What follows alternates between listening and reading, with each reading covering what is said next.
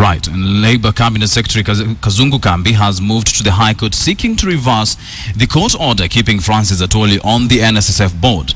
This comes even as 9 members of parliament from Western Region appealed to President Uhuru Kenyatta to intervene and stop Kambi from what they have called undermining of the leadership of COTU and the Federation of Kenya Employers. Here's KTN's Patrick Amimo with more. The crisis at the National Social Security Fund deepened further when Labour Cabinet Secretary Kazungu Kambi took the bitter rivalry between him and the COTU boss Francis Atwoli to the High Court. On Monday, Industrial Court Judge Monica Mbaru suspended Kambi's Gazette notice which removed Atwoli and the Federation of Kenya Employers Chief Executive Officer Jacqueline Mugo from the NSSF board pending the outcome of a case filed by Atwoli. I will persuade you to vote. Within 24 hours, Kambi has moved to the High Court seeking to overturn the Industrial Court's orders.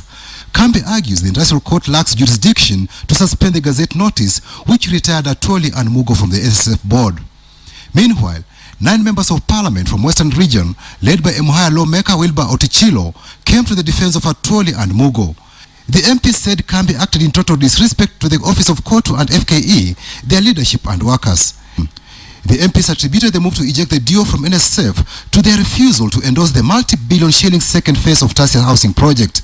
It is high time the government came out clearly on its interest in seeing Atwoli out. The MPs argued the bitter rivalry, if not addressed urgently, would cause labor unrest and negatively impact economic growth. Appealing to the president to intervene himself personally so this matter can be resolved amicably. As you realize, this is a dispute between workers of Kenya and their elected leaders vis-a-vis the government cabinet secretary. And therefore, this is a matter that can be extremely explosive.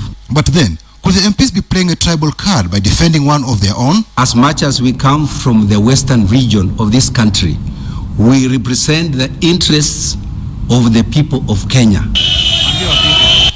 In Kakamega County, demonstrators took to the streets to protest Atwoli's removal from the NSSF board, bringing traffic along the Kakamega-Mumias highway to a standstill. They accused Kambi of harassing the people's champion.